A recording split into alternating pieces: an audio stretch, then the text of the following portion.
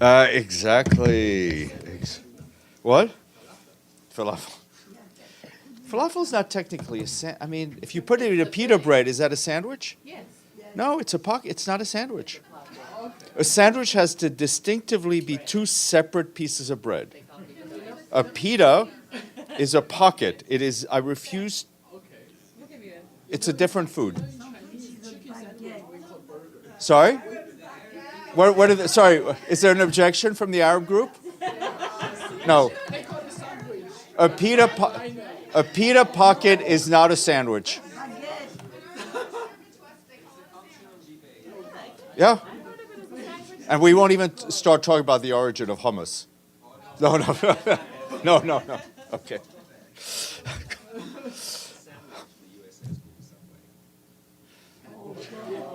It was so nice when you were in Cape Town.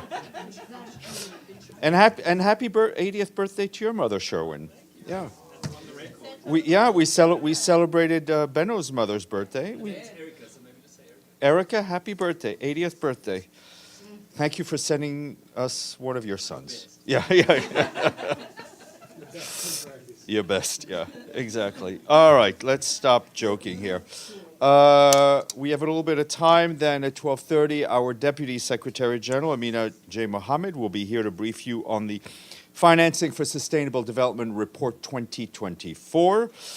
She will be joined by Naveed Hanif, the Assistant Secretary General for Economic and Social Affairs at DESA, and Shari Spiegel, the Acting Director for Financing for Sustainable Development, also in DESA. And tomorrow, as you all know, is Eid, exactly. Eid al-Fitr, and this building will be closed.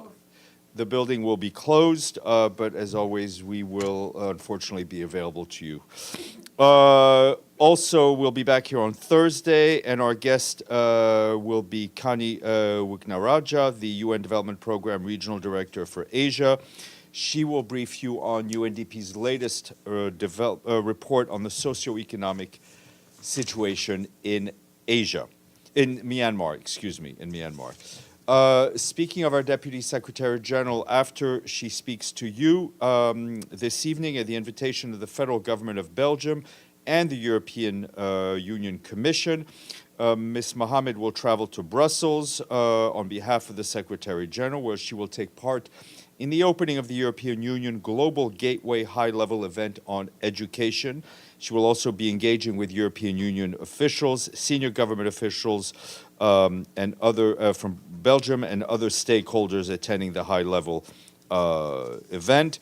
The Global Gateway High-Level Event on Education will kickstart a series of UN events this year aimed at taking stock of global efforts to transform education and achieve Sustainable Development Goal number 4, which has to deal with education. The Deputy Secretary General will return to New York on April 11th. I also have a senior appointment to share with you. The Secretary General has appointed Christine Damkjer of Denmark as the Deputy Executive Director for Delivery and Partnerships at the UN Office for Project Services, otherwise known as UNOPS. She brings over 25 years of global senior level management experience, including significant expertise in infrastructure, development finance, and project implementation. She currently serves as the non-executive director and committee chair of Africa Finance Corporation, a multilateral finance institution alongside a wide range of board and advisory leadership roles. Her bio is available to you. Turning to the situation in Gaza, our colleagues from the Office of the Coordination of Humanitarian Affairs tell us that yesterday, OCHA and the World Health Organization, as well as other agencies, assisted with the organization of dignified burials for unidentified bodies at Al-Shifa Hospital, and that follows the end of the Israeli siege there last week. The UN Mine Action Service and the UN Department of Safety and Security also supported Gaza's health ministry with proper burials, either on-site or nearby. In a social media post, Dr. Tedros, the head of WHO, said bodies were previously lying under dirt or plastic sheeting and that dignified burials allow them to be identified later with forensic examinations, giving some consolation to the loved ones. This morning, Carlos Ruiz Massieu, the Special Representative of the Secretary General for Colombia and head of our political mission there, briefed Security Council members. He said that Colombia has reached an important juncture in relation with its ambitions to implement the 2016 final peace agreement. There is deep desire for peace in the country that extends from the highest levels of government and state institutions across civil society and to vulnerable communities in the region still afflicted by conflict, he said. However, he noted the key challenge is to translate that political will and drive results into on the ground. His full remarks were shared with you. Also this afternoon, the Security Council will meet in a private meeting to discuss the letter sent by Guyana on April 5th. An Assistant Secretary General for the Americas, our friend Miroslav Jenča, will brief the Council. Update for you from Haiti. The World Food Program continues its daily hot meals distribution. And yesterday, along with local and national partners, they delivered 22,000 hot meals to displaced people in the capital, Port-au-Prince. Meanwhile, between the 5th and the 7th of April, the International Organization for Migration and its partners distributed 132,000 liters of water in 5 displacement sites across Port-au-Prince metropolitan area. On the health front, the situation remains extremely fragile, with at least 50% of health facilities in the Port-au-Prince metropolitan areas being closed or severely disrupted, due, of course, to the ongoing violence. Humanitarian partners continue to support through mobile clinics and displacement sites and the provision of medical equipment and supplies to the remaining functioning hospitals. Outside Port-au-Prince, the World Food Program continues to operate their school's canteen program and to provide cash transfers to needy families. Also want to flag from the Democratic Republic of the Congo, after more than 20 years of service in the DRC, UN peacekeepers from the People's Republic of China are leaving the country. A ceremony was organized today to pay tribute to their contributions to the consolidation of peace and security in the province of South Kivu, where they are deployed.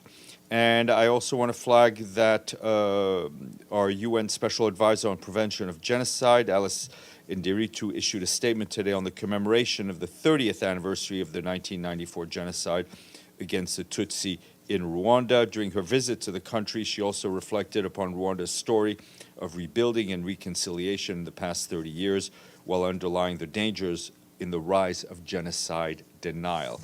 Her statement was shared with you. Also, the World Health Organization today sounded the alarm on viral hepatitis infections that claim over 3,000 lives each day, with 1.3 million deaths per person. While the health agency fears the number of lives lost due to hepatitis is increasing, a new report today highlights that despite better tools for diagnosis and treatment, testing and treatment coverage rates have stalled. More on the line. And turning to Mozambique, following the sinking of a makeshift ferry on Sunday in the country, a team including representatives from the UN team in Mozambique have been deployed to the area to work on a primary assessment and support the national authorities' response effort, as well as to provide support to survivors and families impacted by this tragedy. Our colleagues on the ground stand ready to assist Mozambique and reiterate its willingness to support the government and its response to disasters. And in a statement, the UN coordinator, resident humanitarian coordinator for Mozambique, Dr. Catherine Sozi, said she's deeply saddened by the death of all the people who died in the ferry accident, many of them children. That's it. Madame Amélie. Thanks, Steph. A question on Myanmar and the appointment of Julie Bishop as the UN envoy. The junta issued a statement earlier today saying that there was no official communication from the UN about the appointment. So do you confirm that you did not inform them? And is that a good sign to start the relation to help find a solution to everything that's going on in Myanmar? Well, first of all, I think the official announcement that we put out on Friday is an official announcement. So we informed everybody that the appointment had been made. This is a General Assembly resolution appointment. It doesn't follow the same consultative process as Security Council resolutions. Deji. Israeli Prime Minister Netanyahu yesterday had a statement, said that the operation for Rafah, the date was set.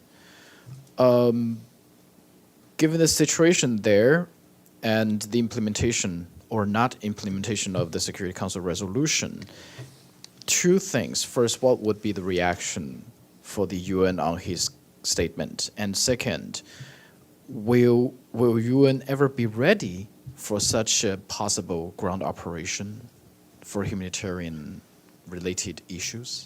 Well, we only know what's been said in the press. Our position is unchanged, is that a ground offensive in Rafah would have disastrous humanitarian consequences, to say the least. And we've said that ever since this was a possibility. So our position has not changed.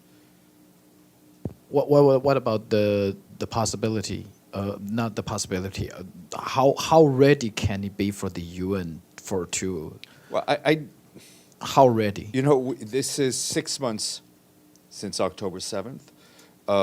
We continue to struggle to deliver humanitarian assistance, given the fact that the conflict is going on, given the restrictions imposed by the Israelis on the ground, given the fact that not enough aid is going in, given the fact that we don't have enough trucks inside, given the fact that we've had a large number of our colleagues killed in this conflict. What we need is a humanitarian ceasefire, right? That's what we need. Our operations continue to be opportunistic. Abdel, one last question. one more. Sorry. Oh yeah, one more and one last. According to your description, you said you also saw this on news, which means the Israeli, you don't have any information from the Israeli counterpart. I mean, do you think the Israelis or any warring party in the previous operations, like for example in Khan Yunis, did they inform the UN? I don't think you should assume that we are privy to the detailed of potential military operations. Abdelhamid. Thank you. The news said there was 420 bodies in Al-Shifa hospital. Can you share with us what WHO see in that visit to the hospital? Can you share? I mean, more I can only share what details? they've told us. I would strongly encourage you to get in touch with our WHO colleagues who can give you more detail. What they saw was devastation, destruction, and these dead bodies. Yeah, Stefano. Thank you, Stéphane. Citizen Trump has a good possibility to get in the White House, back in the White House. I'm sorry. Former President Trump declared that, there are news that he has a plan for Ukraine, for peace in Ukraine, between Ukraine and Russia, where basically the Stefano, as much as I would like to hear a question mark, the question, I will even stop you and say I will not comment on anything having to do with well, US if you don't let me finish, I can tell you what I don't know if everybody knows. All right. Do the Crimea, in the plan, Crimea is recognized as a part of Russia and also Donbas. So does the Secretary General think that this respect the charter, or will, what will think the Secretary General? A few points. We are not privy to this plan.